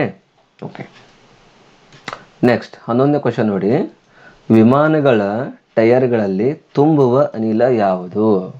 ವಿಮಾನಗಳ ಟೈರ್ ಇರ್ತಲ್ವಾ, ಸೊ ಆ ಟೈರ್ನಲ್ಲಿ ಯಾವ ಒಂದು ಅನಿಲವನ್ನು ತುಂಬ್ತಾರೆ? ಯಾವ ಒಂದು ಅನಿಲ ತುಂಬ್ತಾರೆ? ಆಯ್ಕೆ ನೋಡಿ ಏನಿದೆ ಇದರ ಆಯ್ಕೆ ನೋಡಿ. ಆಯ್ಕೆಯನ್ನು ಕೊಟ್ಟಿರ್ತಾರೆ. ನೈಟ್ರೋಜನ್ ಇದೆ, ಆಮೇಲೆ ಆಕ್ಸಿಜನ್, ಹೀಲಿಯಮ್ಮು, ನಿಯಾನು. ಸೊ 4 ಆಯ್ಕೆಗಳನ್ನು ಕೊಟ್ಟಿದ್ದಾರೆ. ಈ 4 ಆಯ್ಕೆಗಳ ಪೈಕಿ ಈ ವಿಮಾನಗಳ ಟೈರ್ಗಳಲ್ಲಿ ತುಂಬಿರ್ತಕ್ಕಂಥ ಅನಿಲ ಯಾವುದಂತ ಕೇಳ್ತಾರೆ. ಇದು ಸರಿಯಾದ ಆನ್ಸರ್ ಏನಪ್ಪ ಅಂದರೆ ನೈಟ್ರೋಜನು ಸರಿಯಾದ ಆನ್ಸರ್. ಯಾಕಂದರೆ ವಿಮಾನಗಳ ಟೈರ್ಗಳಲ್ಲಿ ಜಾಸ್ತಿ ತುಂಬೋದೇ ನೈಟ್ರೋಜನು. ಸೊ ನೈಟ್ರೋಜನ್ ಬಿಟ್ಟರೆ ಬೇರೆ ಯಾವುದೇ ಒಂದು ಗ್ಯಾಸ್ನಲ್ಲಿ ತುಂಬೋದಕ್ಕೆ ಆಗಲ್ಲ. ತುಂಬಿದ್ರೆ ಅದು ಟೈರು ಹೊಡೆಯುತ್ತೆ. ಸೊ ಹೀಗಾಗಿ, ಯಾಕಂದರೆ ಸ್ಪೀಡ್ ಎಷ್ಟಿರುತ್ತೆ ನಿಮ್ಗೆ ಗೊತ್ತಿದೆ. ವಿಮಾನ ಲ್ಯಾಂಡಿಂಗ್ ಆಗುವಾಗ ಅಥವಾ ವಿಮಾನ ಹಾರಿಸುವಾಗ ಎಷ್ಟು ಸ್ಪೀಡಾಗಿರುತ್ತೆ, ಎಷ್ಟು ಸ್ಲೋ ಇರುತ್ತೆ ನಿಮಗೆಲ್ಲ ಗೊತ್ತಿದೆ, ನೀವು ನೋಡಿರ್ಬೋದು. ಸೊ ಹೀಗಾಗಿ ಆ ಟೈರ್ ಹೊಡಿಬಾರ್ದಂದರೆ ನಾವು ನೈಟ್ರೋಜನ್ ತುಂಬಬೇಕಾಗುತ್ತೆ. ಸೊ ಅದ್ರ ಬಿಟ್ಟರೆ ಬೇರೆ ವೇನೇ ಇಲ್ಲ ಅದಕ್ಕೆ. ನೋಡಿ, ನೀವು ಆಪ್ಷನ್ ಕೊಟ್ಟಿದ್ರೆ ಹೀಲಿಯಮ್ ಇದೆ ಮತ್ತು ನಿಯಾನ್ ಇದೆ. ಸೊ ಇದನ್ನು ಯೂಸ್ ಮಾಡೋಕ್ಕೆ ಆಗಲ್ಲ. ಆಪ್ಷನಲ್ಲಿ ಯೂಸ್ ಮಾಡ್ತಾರೆ. ಇದು ಸಿಂಪಲ್ ಬೈಕ್ ಇರ್ಬೋದು, 2 ವೀಲರ್ಸ್ನಲ್ಲಿ ಜಾಸ್ತಿ ತುಂಬೋದೇ ಈ ಆಕ್ಸಿಜನ್ನು. ಇನ್ನು ಹೀಲಿಯಮ್ ತೊಗೊಂಡ್ರೆ ಒಂದು ಬಲೂನುಗಳು ಇರ್ತಲ್ವಾ, ಸೊ ಬಲೂನುಗಳು ಮತ್ತು ಪ್ಯಾರಾಶೂಟು, ಸೊ ಅಲ್ಲಿ ಯೂಸ್ ಮಾಡ್ತಾರೆ. ನಿಯಾನ್ ತೊಗೊಂಡ್ರೆ ಈ LED ಏನು ಲೈಟ್ ಇರುತ್ತಲ್ಲ, ಸೊ ಅದರಲ್ಲಿ ಈ ನಿಯಾನ್ ಗ್ಯಾಸ್ನ ಯೂಸ್ ಮಾಡ್ತಾರೆ. ಸೊ ಕೊಟ್ಟಿರ್ತಕ್ಕಂಥ ಆಯ್ಕೆಗಳ ಪೈಕಿ ನೈಟ್ರೋಜನ್ ಏನು ಮಾಡ್ತಾರೆ, ಈ ಒಂದು ವಿಮಾನಗಳ ಟೈರ್ಗಳಲ್ಲಿ ತುಂಬಿರ್ತಾರೆ. ಇದು ಸರಿಯಾದ ಒಂದು ಉತ್ತರ ಅಂತ ಹೇಳ್ಬೋದು. ಓಕೆ. ಇನ್ನು ನೆಕ್ಸ್ಟ್ ಅಂತ ನೋಡಿ, ನೆಕ್ಸ್ಟ್ ಒಂದು ಕ್ವಶನ್. ಓಕೆ, ನೆಕ್ಸ್ಟ್ ಕ್ವಶನ್ ಎಷ್ಟು ಈಸಿಯಾಗಿದೆ. ಇನೋ ಅಂತ ನಿಮ್ಗೆ ಕೇಳಿರುವುದಲ್ಲ ಹೆಸರು, ಇನೋ ಅಂದರೆ ಏನಿದು? ಒಂದು ಪೌಡರ್ ಪ್ಯಾಕೆಟ್ ಸಿಗುತ್ತೆ. ಇದರಲ್ಲಿ ಏನಿರುತ್ತೆ? ಏನೋ ಎಲ್ರಿಗೂ ಗೊತ್ತಿರೋ ವಿಷಯ. ಸೊ ಇನೋ ಏನಪ್ಪ ಅಂದರೆ ಇದು ನಮ್ಗೆ ಯಾವಾಗ ಒಂದು ಗ್ಯಾಸ್ ಪ್ರಾಬ್ಲಮ್ ಆಗಿರುತ್ತೆ ಅಥವಾ ಸ್ಟಮಕ್ ಪ್ರಾಬ್ಲಮ್ ಆಗಿರುತ್ತೆ, ನಾವು ತಿಂದಿರ್ತಕ್ಕಂಥ ಫುಡ್ ಡೈಜೆಸ್ಟ್ ಆಗಿರಲ್ಲ. ಸೊ ಆ ಟೈಮ್ನಲ್ಲಿ ನಮ್ಗೆ ಏನಾದರೂ ಸ್ಟಮಕ್ನಲ್ಲಿ ಪ್ರಾಬ್ಲಮ್ ಆಗ್ತಾ ಇದ್ದರೆ ಯೂಸ್ ಮಾಡ್ತಕ್ಕಂಥ ಒಂದು ಪೌಡರ್ ಚಿಟ್ಟಿ ಮೆಡಿಕಲಲ್ಲಿ ಸಿಗುತ್ತೆ. ಸೊ ಅದನ್ನು ಎಲ್ಲರೂ ನೀರಿನಲ್ಲಿ ಹಾಕ್ಕೊಂಡು ಕುಡಿತಾರೆ. ಸೊ ಆ ಇನೋದಲ್ಲಿ ಏನಿರುತ್ತೆ ಅಂತ ಕ್ವಶನ್ನ ಕೇಳಿದ್ದಾರೆ. ಆ ಇನೋದಲ್ಲಿ ಏನಿರುತ್ತೆ? ಆಪ್ಷನ್ ಏನು ನೋಡಿ, ಸೋಡಿಯಂ ಕಾರ್ಬೋನೇಟ್ ಏನಾದರೂ ಇರುತ್ತಾ? ಅಥವಾ ಬೈ ಏನು ಕೊಟ್ಟಿದ್ದಾರೆ ನೋಡಿ, ಸೋಡಿಯಂ ಬೈ ಕಾರ್ಬೋನೇಟ್ ಇರುತ್ತಾ? ಅಥವಾ ಆಪ್ಷನ್ ಸೋಡಿಯಂ ಕಾರ್ಬೋನೇಟ್ ಮತ್ತು ಟರ್ಟರಿಕ್ ಆಮ್ಲ ಏನಾದರೂ ಇರುತ್ತಾ? ಅಥವಾ ಯಾವುದು ಅಲ್ಲ ಅಂತ ಕೇಳಿದ್ದಾರೆ. ಸೊ ಇದರೊಂದು ಸರಿಯಾದ ಆನ್ಸರ್ ಏನಪ್ಪ ಅಂದರೆ ಸೋಡಿಯಂ ಬೈ ಕಾರ್ಬೋನೇಟ್ ಮತ್ತು ಟರ್ಟರಿಕ್ ಆಸಿಡ್ ಇರ್ತಕ್ಕಂಥ ಒಂದು ಪೌಡರ್ ಇರುತ್ತೆ. ಸೊ ಆ ಪೌಡರ್ ಏನಪ್ಪ ಅಂದರೆ NO ಅಂತ ಕರೀತಾರೆ, ಸೋಡಿಯಂ ಕಾರ್ಬೋನೇಟು. ಸೊ ಅಲ್ಲಿ ಸ್ವಲ್ಪ ಮಿಸ್ಟೇಕ್ ಆಗಿ ಸೋಡಿಯಂ ಬೈ ಕಾರ್ಬೋನೇಟ್ ಬೇಕಾಗಿತ್ತು, ಬಟ್ ಇಲ್ಲಿ ಕೇವಲ ಸೋಡಿಯಂ ಕಾರ್ಬೋನೇಟ್ ಅಂತ ಅಷ್ಟೇ ಕೊಟ್ಟಿದ್ದಾರೆ. ಅದರಲ್ಲಿರ್ತಕ್ಕಂಥ ಕಂಟೆಂಟ್ಸ್ ಯಾವಪ್ಪ ಅಂದರೆ sodium bicarbonate plus tartaric acid ಅಥವಾ ಟರ್ಟರಿಕ್ ಆಮ್ಲ ಅಂತ ಕರಿತೀವಿ. ಸೊ ಈ ಎರಡರ ಒಂದು ಕಂಟೆಂಟ್ಸ್ನ ಇನೋದಲ್ಲಿ ಮಿಕ್ಸಪ್ ಮಾಡಿರ್ತಾರೆ. ಇದ್ರ ಬಿಟ್ಟರೆ ಸೋಡಿಯಂ ಕಾರ್ಬೋನೇಟ್ ನಿಮ್ಗೆ ಗೊತ್ತಿದೆ. ಸೋಡಿಯಂ ಕಾರ್ಬೋನೇಟ್ ಎಲ್ಲಿ ಯೂಸ್ ಮಾಡ್ತಾರೆ? ಒಂದು ಸಾಬೂನುಗಳ ಒಂದು ತಯಾರಿಕೆಯಲ್ಲಿ ಇದನ್ನು ಯೂಸ್ ಮಾಡ್ತಾರೆ. ಇನ್ನು ಸೋಡಿಯಂ ಬೈ ಕಾರ್ಬೋನೇಟ್ ಎಲ್ಲಿ ಯೂಸ್ ಮಾಡ್ತಾರೆ? ಜಸ್ಟ್ ಸೋಡಿಯಂ ಬೈ ಕಾರ್ಬೋನೇಟ್ ಇದನ್ನೆಲ್ಲಿ ಯೂಸ್ ಮಾಡ್ತಾರೆ? ತಂಪು ಪಾನೀಯಗಳ ಒಂದು ತಯಾರಿಕೆಯಲ್ಲಿ ಇದೆ. ಜಸ್ಟ್ ಹೇಳಿದಲ್ಲಿ ಸ್ಪ್ರೈಟ್ ಇರ್ಬೋದು, ಕೋಕೋ ಕೋಲಾ ಇರ್ಬೋದು, ಲಿಮ್ಕಾ ಇರ್ಬೋದು, ಮಿರಿಂಡಾ ಇರ್ಬೋದು. ಸೊ ಆ ಒಂದು ಸಾಫ್ಟ್ ಡ್ರಿಂಕ್ನಲ್ಲಿ ಸೋಡಿಯಂ ಬೈ ಕಾರ್ಬೋನೇಟ್ಗಳನ್ನು ಯೂಸ್ ಮಾಡ್ತಾರೆ. ಸೊ ಈ ಒಂದು ಸೋಡಿಯಂ ಬೈ ಕಾರ್ಬೋನೇಟ್ ಜೊತೆ ಟರ್ಟರಿಕ್ ಆ್ಯಸಿಡ್ ಏನಾದರೂ ಮಿಕ್ಸ್ ಮಾಡಿದ್ರೆ, ಇದು ಕೂಡ ಒಂದು ಸಾಲಿಡ್ ಕಂಪೌಂಡೇ ಟರ್ಟರಿಕ್ ಆ್ಯಸಿಡು. ಸೊ ಇದು ಮತ್ತು ಈ ಸೋಡಿಯಂ ಬೈ ಕಾರ್ಬೋನೇಟ್ ಮಿಕ್ಸ್ ಮಾಡಿ ಈ ಇನೋವನ್ನು ತಯಾರು ಮಾಡ್ತಾರೆ. ಹೌದಾ? ಇನ್ನು ಆಪ್ಷನ್ ಡ ಯಾವುದಲ್ಲ ಅಂತ ಕೊಟ್ಟರೆ ಇದು ಅಂತೂ ಆಗೋದಿಲ್ಲ. ಸೊ ಈ ಮೂರು ಆಪ್ಷನ್ಗಳ ಪೈಕಿ ಯಾವ ಸರಿಯಾದ ಆನ್ಸರ್ ಅಂದರೆ sodium bicarbonate plus tartaric acid. ಇದು ಇನೋದಲ್ಲಿರ್ತಕ್ಕಂಥ ಒಂದು ಕಂಟೆಂಟ್ಸ್. ಓಕೆ. ನೆಕ್ಸ್ಟ್ ಕ್ವಶನ್ ನೋಡಿ ಏನಿದೆ, ಪ್ಯಾರಾಶೂಟ್ ಇರ್ತಲ್ಲ, ದೊಡ್ಡ ಬಲೂನ್ ಇರುತ್ತಲ್ಲ, ಗುಡ್ಡದ ಮೇಲೆ ನಿಂತ್ಕೊಂಡು ಅದರಲ್ಲಿ ಕೂತ್ಕೊಂಡು ಹಾರ್ತಾರೆ. ಸೊ ಪ್ಯಾರಾಶೂಟ್ ನೋಡಿರ್ಬೋದು, ಅಂದರೆ ಗೂಗಲ್ ಸರ್ಚ್ ಮಾಡಿ ನಿಮ್ಗೆ ಅದ್ರ ಚಿತ್ರ ಕಾಣಿಸ್ತಾ ಇರುತ್ತೆ. ಸೊ ಆ ಒಂದು ಪ್ಯಾರಾಶೂಟ್ನಲ್ಲಿ ಯಾವ ಅನಿಲವನ್ನು ತುಂಬಿರ್ತಾರೆ? ಯಾವೊಂದು ಅನಿಲ ತುಂಬಿರ್ತಾರೆ? ಇದಕ್ಕೆ ಸರಿಯಾದ ಆನ್ಸರ್ ಏನಪ್ಪ ಅಂದರೆ ಹೀಲಿಯಮ್ಮು.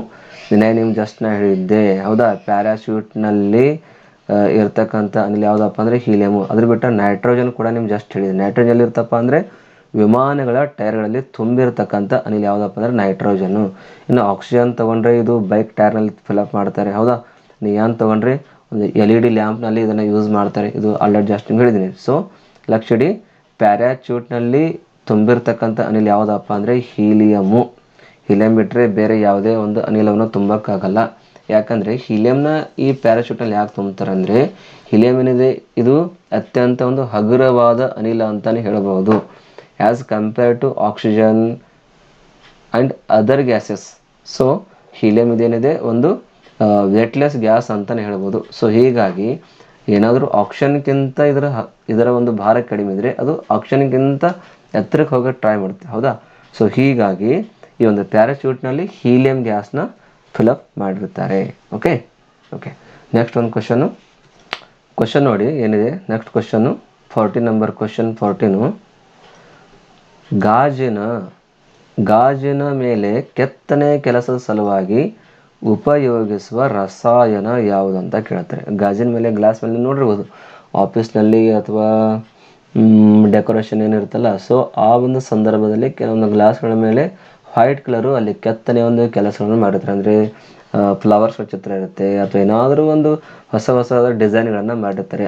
ಆ ಒಂದು ಡಿಸೈನ್ ಮಾಡಬೇಕಾದ್ರೆ ಆ ಒಂದು ಗ್ಲಾಸ್ನ ಮೇಲೆ ಯಾವ ಒಂದು ಕೆಮಿಕಲ್ಸ್ಗಳನ್ನು ಯೂಸ್ ಮಾಡ್ತಾರೆ ಅಂತಕ್ಕಂಥ ಕ್ವಶನ್ನ ಕೇಳಿದ್ದಾರೆ. ಅಲ್ಲಿ ಯೂಸ್ ಮಾಡ್ತಕ್ಕಂಥ ಒಂದು ರಸಾಯನ ಯಾವುದಪ್ಪ ಅಂದರೆ ಹೈಡ್ರೋಜನ್ ಫ್ಲೋರೈಡು. ಯಾವ್ದು ಯೂಸ್ ಮಾಡ್ತಾರೆ? ಈ ಒಂದು ಹೈಡ್ರೋಜನ್ ಫ್ಲೋರೈಡ್ ಇದನ್ನು ಅಲ್ಲಿ ಯೂಸ್ ಮಾಡ್ತಾರೆ. ಈ HCl ಇರ್ಬೋದು, ಹೈಡ್ರೋಕ್ಲೋರಿಕ್ ಆ್ಯಸಿಡು, ಹೈಡ್ರೋಬ್ರೋಮಿಕ್ ಆ್ಯಸಿಡು ಮತ್ತು HClಗಳನ್ನು ಯೂಸ್ ಮಾಡಲ್ಲ. ಇದರ ಯೂಸೇ ಬೇರೆ ಇದೆ. ನೀವು HClನ ತೊಗೊಂಡ್ರೆ HCl ಎಲ್ಲಿ ಯೂಸ್ ಮಾಡ್ತಾರೆ? ಬ್ಲೀಚಿಂಗ್ ಏಜೆಂಟ್ಸ್ ಅಂಥೇಳಿ ಇದನ್ನು ಯೂಸ್ ಮಾಡ್ತಾರೆ. HCl ಬ್ಲೀಚಿಂಗ್ ಏಜೆಂಟ್ಸ್ ಅಂಥೇಳಿ ಇದನ್ನು ಯೂಸ್ ಮಾಡ್ತಾರೆ. ಪೇಪರ್ ಇಂಡಸ್ಟ್ರಿ ಇರ್ಬೋದು ಅಥವಾ ಟೆಕ್ಸ್ಟೈಲ್ ಇಂಡಸ್ಟ್ರಿ ಇರ್ಬೋದು. ಸೊ ಅಲ್ಲಿ ಇದನ್ನು ಬ್ಲೀಚಿಂಗ್ ಏಜೆಂಟ್ಸ್ ಅಂತ ಯೂಸ್ ಮಾಡ್ತಾರೆ. ಇನ್ನು ಹೈಡ್ರೋಜನ್ ಬ್ರೋಮೈಡ್ನ ತೊಗೊಂಡ್ರೆ ಈ ಹೈಡ್ರೋಜನ್ ಬ್ರೋಮೈಡ್ ಎಲ್ಲಿ ಯೂಸ್ ಮಾಡ್ತಾರೆ ಅಂದರೆ ಬ್ರೋಮೈಡ್ಸ್ಗಳ ಒಂದು ಪ್ರೊಡಕ್ಷನ್ಗಳಲ್ಲಿ ಇದನ್ನು ಜಾಸ್ತಿ ಯೂಸ್ ಮಾಡ್ತಾರೆ. ಬ್ರೋಮೈಡ್ಸ್ ರಿಲೇಟೆಡ್ ಏನು ಕಂಪೌಂಡ್ಸ್ ಇರುತ್ತಲ್ಲ, ಸೊ AgBr ಇರ್ಬೋದು, ಸೊ ಕಾಪರ್ ಬ್ರೋಮೈಡ್ ಇರ್ಬೋದು, ಸೊ ಇನ್ನೂ ಥರ ಬ್ರೋಮೈಡ್ ಕಂಪೌಂಡ್ಸ್ಗಳು ಏನಿರುತ್ತಲ್ಲ, ಸೊ ಅದರ ಒಂದು ಪ್ರೊಡಕ್ಷನ್ಗಳಲ್ಲಿ ಇದರ ಒಂದು ಉಪಯೋಗ ಜಾಸ್ತಿ ಮಾಡ್ತಾರೆ. ಓಕೆ, ಇನ್ನು HI ತೊಗೊಂಡ್ರೆ ಹೈಡ್ರೋಜನ್ ಅಯೋಡೈಡ್ ಅಂತಾರಲ್ಲ, ಸೊ ಈ HI ತೊಗೊಂಡ್ರೆ ಇದನ್ನ ಎಲ್ಲಿ ಯೂಸ್ ಮಾಡ್ತಾರೆ ಅಂದರೆ ರೆಡ್ಯೂಸಿಂಗ್ ಏಜೆಂಟ್ಸ್ ಅಂತ ಇದನ್ನ ಯೂಸ್ ಮಾಡ್ತಾರೆ. ಅದ್ರ ಬಿಟ್ಟರೆ ಡಿಸ್ಇನ್ಫೆಕ್ಟೆಂಟ್ ಅಂತ ಕೂಡ ಯೂಸ್ ಮಾಡ್ತಾರೆ. ಸೊ ನೆನಪಿರಲಿ, ಗಾಜಿನ ಮೇಲೆ ಕೆತ್ತನೆ ಕೆಲಸ ಸಲುವಾಗಿ ಉಪಯೋಗಿಸುವ ರಸಾಯನ ಯಾವುದಪ್ಪ ಅಂದರೆ HF, ಹೈಡ್ರೋಜನ್ ಫ್ಲೋರೈಡ್ ಇದರ ಒಂದು ಸರಿಯಾದ ಉತ್ತರ. ಓಕೆ ಓಕೆ ಇನ್ನು ಲಾಸ್ಟ್ ಒಂದು ಕ್ವಶನ್ ಇದೆ ಇನ್ ಚಾಪ್ಟರ್ನಲ್ಲಿ. ಲಾಸ್ಟ್ ಕ್ವಶನ್ ಏನಿದೆ ನೋಡಿ. ಓಕೆ, ಕನ್ನಡಿಯ ಹಿಂಭಾಗಕ್ಕೆ ನಿಮ್ಗೆ ಗೊತ್ತಿರಲಿ, ನಿಮ್ಮ ಹತ್ರ ನಿಮ್ಮ ಮನೇಲಿ ಏನೋ ಮಿರರ್ ಇರುತ್ತಲ್ಲ, ಸೊ ಆ ಮಿರರ್ದು ಒಂದು ಬ್ಯಾಕ್ ಸೈಡ್ನಲ್ಲಿ ಲೇಪನೆ ಮಾಡಿರೋ ಯಾವುದು ಅಂತ ಕೇಳ್ತಾರೆ. ನೋಡಿ, ಮಿರರ್ ಆ್ಯಕ್ಚುಲಿ ಮಿರರ್ ಇಲ್ಲ, ಸ್ಟಾರ್ಟಿಂಗ್ನಲ್ಲಿ ಒಂದು ಗ್ಲಾಸ್ ಇರುತ್ತೆ, ಟ್ರಾನ್ಸ್ಪರೆಂಟ್ ಗ್ಲಾಸ್ ಇರುತ್ತೆ. ಈ ಕಡೆ ನಿಂತ್ಕೊಂಡು ನೋಡಿದ್ರೆ ಆ ಕಡೆಯಿಂದ ಎಲ್ಲ ನಮಗೆ ಕಾಣಿಸ್ತಿರುತ್ತೆ, ಹೌದಾ? ಸೊ ಅದಕ್ಕೆ ನಾವು ಗ್ಲಾಸ್ ಅಂತೀವಿ. ಯಾವಾಗ ಆ ಒಂದು ಗ್ಲಾಸಿನ ಮೇಲೆ ಒಂದು ರಸಾಯನ ಒಂದು ಲೇಪನೆಯನ್ನು ಮಾಡ್ತಾರೆ. ಸೊ ಯಾವ ಒಂದು ರಸಾಯನ ಲೇಪನೆ ಮಾಡಿದಾಗ ಅದು ನಾರ್ಮಲ್ ಗ್ಲಾಸ್ ಇದ್ದದ್ದು ಅದು ಮಿರರ್ನಲ್ಲಿ ಕನ್ವರ್ಟ್ ಆಗುತ್ತೆ. ಸೊ ಯಾವುದಪ್ಪ ಅಂದರೆ ಕೆಮಿಕಲ್ ಅಂದರೆ ಸಿಲ್ವರ್ ನೈಟ್ರೇಟ್ ಅಂತಲೇ ಹೇಳ್ಬೋದು. ಆ ರಸಾಯನ ಯಾವುದು? Silver night. ಸೊ ಇದರ ಒಂದು ಲೇಪನೆಯನ್ನು ಗ್ಲಾಸ್ನಲ್ಲಿ ಮೇಲೆ ಮಾಡಿದಾಗ ಅದು ಕನ್ನಡಿಯಾಗಿ ಕನ್ವರ್ಟ್ ಆಗುತ್ತೆ. ಇದರ ಬಿಟ್ಟರೆ ಈ ಸಿಲ್ವರ್ ನೈಟ್ರೇಟ್ ಇದಿಷ್ಟೇ ಅಲ್ಲ, ನಿನ್ನೆ ಒಂದು ಕ್ಲಾಸ್ನಲ್ಲ ನಿಮ್ಗೆ ಹೇಳಿದ್ದೀನಿ, ಮತದಾನದಲ್ಲಿ ಏನು ಇಂಕ್ನ ಯೂಸ್ ಮಾಡ್ತಾರಲ್ಲ, ಸೊ ಬೆರಳಿನ ಮೇಲೆ ಹಚ್ಚೋ ಸಲುವಾಗಿ ಆ ಇಂಕ್ ಕೂಡ ತಯಾರು ಮಾಡೋದು ಇದರಿಂದನೇ, ಸಿಲ್ವರ್ ನೈಟ್ರೇಟು, ಹೌದಾ? ಇನ್ನು ಸಿಲ್ವರ್ ಅಯೋಡೈಡ್ ಅಂತ ಕೊಟ್ಟಿದ್ದಾರೆ, ಆಪ್ಷನ್ ಬ ಸಿಲ್ವರ್ ಅಯೋಡೈಡ್. ಇದನ್ನು ಎಲ್ಲಿ ಯೂಸ್ ಮಾಡ್ತಾರೆ? ಆಲ್ರೆಡಿ ನಿಮ್ಗೆ ಹೇಳಿದ್ದೀನಿ. ಎಲ್ಲಿ? ಕೃತಕವಾದಂಥ ಮಳೆಯನ್ನು ತರಿಸೋದೇನಾದರೂ ಇದ್ದರೆ, ಯಾವೊಂದು ಪ್ರದೇಶದಲ್ಲಿ ಮಳೆನೇ ಆಗಲ್ಲ, ಬಟ್ ಅಲ್ಲಿ ಮೋಡ ಬಂದಿರುತ್ತೆ, ಅಂಥ ಒಂದು ಟೈಮ್ನಲ್ಲಿ ಸಿಲ್ವರ್ ಅಯೋಡೈಡ್ನ ಸ್ಪ್ರೇ ಮಾಡ್ತಾರೆ. ಹೆಲಿಕಾಪ್ಟರ್ ಅಥವಾ ಏರೋಪ್ಲೇನ್ ಮುಖಾಂತರ ಯೂಸ್ ಮಾಡಿ ಅಲ್ಲಿ ಸ್ಪ್ರೇ ಮಾಡ್ತಾರೆ. ಸೊ ಒಂದು ಸ್ಪ್ರೇ ಮಾಡೋದ್ರ ಮುಖಾಂತರ ಒಂದು ಕೃತಕ ಮಳೆಯಲ್ಲಿ ಬರುತ್ತೆ, ಅಲ್ಲಿ ಸಿಲ್ವರ್ ಅಯೋಡೈಡ್ನ ಯೂಸ್ ಮಾಡ್ತಾರೆ. ಇನ್ನು ಸಿಲ್ವರ್ ಕ್ಲೋರೈಡ್ನ ತಗೊಂಡ್ರೆ ಒಂದು ಫೋಟೋಕ್ರೋಮ್ಯಾಟಿಕ್ ಗ್ಲಾಸ್ನಲ್ಲಿ ಇದನ್ನು ಯೂಸ್ ಮಾಡ್ತಾರೆ. ಫೋಟೋಕ್ರೋಮ್ಯಾಟಿಕ್ ಗ್ಲಾಸ್, ಹೌದಾ? ಇನ್ನು ಸಿಲ್ವರ್ ಬ್ರೋಮೈಡ್ನ ತಗೊಂಡ್ರೆ ಸಿಲ್ವರ್ ಬ್ರೋಮೈಡ್ ಇದು ಕೂಡ ಒಂದು ಫೋಟೋಗ್ರಾಫಿಕ್ ಪ್ರಿಂಟಿಂಗ್ನಲ್ಲಿ ಒಂದು ಸಿಲ್ವರ್ ಬ್ರೋಮೈಡ್ನ ಯೂಸ್ ಮಾಡ್ತಿದ್ರು. ಒಳ್ಳೊಂದು ಟೈಮ್ನಲ್ಲಿ ವೈಟ್ ಪೇಪರ್ ಮೇಲೆ ಫೋಟೋ ಏನಾದ್ರು ಪ್ರಿಂಟ್ ಆಗಬೇಕಾದ್ರೆ ಅಲ್ಲಿ ಕೆಮಿಕಲ್ಗಳನ್ನು ಯೂಸ್ ಮಾಡ್ತಾರೆ. ಆ ಕೆಮಿಕಲ್ ಯಾವುದಪ್ಪ ಅಂದರೆ ಇದೆ, ಯಾವುದು? ಸಿಲ್ವರ್ ಬ್ರೋಮೈಡ್ ಅಂತಕ್ಕಂಥ ಕೆಮಿಕಲ್ನ ಅಲ್ಲಿ ಅವರು ಯೂಸ್ ಮಾಡ್ತಿದ್ರು. ಸೊ ಈಗ ಯೂಸ್ ಮಾಡ್ತಾರೆ, ಬಟ್ ಜಾಸ್ತಿ ಇರೋದು ಈಗೆಲ್ಲ ಡಿಜಿಟಲ್ ಪ್ರಿಂಟಿಂಗ್ ಬಂದಿದೆ. ಸೊ ಹೀಗಾಗಿ ಇದರ ಒಂದು ಉಪಯೋಗ ಕಮ್ಮಿ ಆಗಿದೆ ಅಂತ ಅನಿಸ್ತದೆ ಅಷ್ಟೇ, ಹೌದಾ? ಸೊ ಇಲ್ಲಿ ಕ್ವಶನ್ ಏನಪ್ಪ ಅಂದರೆ ಕನ್ನಡಿ ಹಿಂಭಾಗಕ್ಕೆ ಲೇಪನೆ ಮಾಡಿರುವ ರಸಾಯನ ಯಾವುದಂದರೆ ಸಿಲ್ವರ್ ನೈಟ್ರೇಟು, ಹೌದಾ? ಲಕ್ಷ ಇಟ್ಕೊಳ್ಳಿ. ಒಂದನೇದು ಮತದಾನದ ಇಂಕ್ ಇರುತ್ತಲ್ಲ, ಅಲ್ಲಿ ಕೂಡ ಅದೇ ಯೂಸ್ ಮಾಡ್ತಾರೆ. ಆಮೇಲೆ ಕನ್ನಡಿ ಹಿಂಭಾಗಕ್ಕೆ ಯೂಸ್ ಮಾಡ್ತಕ್ಕಂತಹ ರಸಾಯನ ಕೆಮಿಕಲ್ ಯಾವುದಪ್ಪ ಅಂದರೆ ಸಿಲ್ವರ್ ನೈಟ್ರೇಟು. ಸೊ ಇದಷ್ಟು ನೆನಪಿಟ್ಕೊಳ್ಳಿ.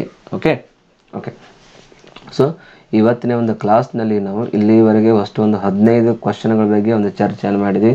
ಅದರ ಜೊತೆ ಡಿಫ್ರೆಂಟ್ ಕೆಮಿಕಲ್ಸ್ ಬಗ್ಗೆ ಮಾಹಿತಿ ಕೂಡ ನಾವು ತಗೊಂಡಿದ್ದೀವಿ. ಸೊ ಅಷ್ಟು ಯಾರ್ಯಾರು ಒಂದು ಕ್ಲಾಸ್ನ ನೋಡ್ತಾ ಇದ್ರು, ಸೊ ಅವ್ರಿಗೆಲ್ಲರಿಗೂ ಅರ್ಥ ಆಗಿದ್ದೀನಿ ಅಂತ ಅಂದ್ಕೊಂಡಿದ್ದೀನಿ. ಸೊ ಇನ್ನೂ ಯಾರ್ಯಾರಿಗೂ ಅರ್ಥ ಆಗಿಲ್ಲ ಅಂದರೆ ಮತ್ತೆ ಕ್ಲಾಸ್ನ ಹಿಡಿದು ರಿಪೀಟ್ ಆಗಿ ನೋಡಿ, ನಿಮಗೆ ಅರ್ಥ ಆಗುತ್ತೆ. ಸೊ ಅರ್ಥ ಆಗೋ ಥರ ಹೇಳಿದ್ದೀನಿ, ಅರ್ಥ ಆಗುತ್ತೆ ಅಂತ ಅಂದ್ಕೊಂಡಿದ್ದೀನಿ. ಸೊ ನಿಮ್ಗೇನಾದರೂ ಈ ನಮ್ಮ ಕ್ಲಾಸ್ ಇಷ್ಟ ಆಗಿದ್ರೆ ಒಂದು ಲೈಕ್ ಕೊಡಿ. ಆಮೇಲೆ ಮುಂಬರುವ ಕೆಲವೊಂದೇ ದಿವಸಗಳಲ್ಲಿ ಲೈವ್ ಕ್ಲಾಸ್ ಕೂಡ ಬರ್ತಾ ಇದ್ವಿ. ಯಾಕಂದರೆ ಇನ್ನೂ ಕೂಡ ನಿಮ್ಗೆ ರಿವಿಷನ್ ಆಗಬೇಕು. ಸೊ ರಿವಿಷನ್ ಆದಾಗ ಮಾತ್ರ ನೀವು ಒಂದು ಎಕ್ಸಾಮ್ಗೆ ಒಂದು ಪ್ರಿಪೇರ್ ಆಗ್ತೀರಾ, ಇಲ್ಲಾಂದರೆ ನೀವು ಪ್ರಿಪೇರ್ ಆಗಲ್ಲ. ಸೊ ಹೀಗಾಗಿ ನಿಮಗೆ ಪ್ರಿಪರೇಷನ್ ಮಾಡೋದಕ್ಕೋಸ್ಕರ ನಾವು ಲೈವ್ ಕ್ಲಾಸ್ ಕೂಡ ಬರ್ತಾ ಇದ್ವಿ, ಬೇಗನೆ ಬರ್ತೀವಿ. ಸೊ ಮತ್ತೆ ಮುಂದಿನ ಒಂದು ಕ್ಲಾಸ್ನಲ್ಲಿ ತಮಗೆ ಭೇಟಿ ಆಗ್ತೀವಿ. ಅಲ್ಲಿವರೆಗೂ ಧನ್ಯವಾದಗಳು. ನಮಸ್ತೆ. Thank you.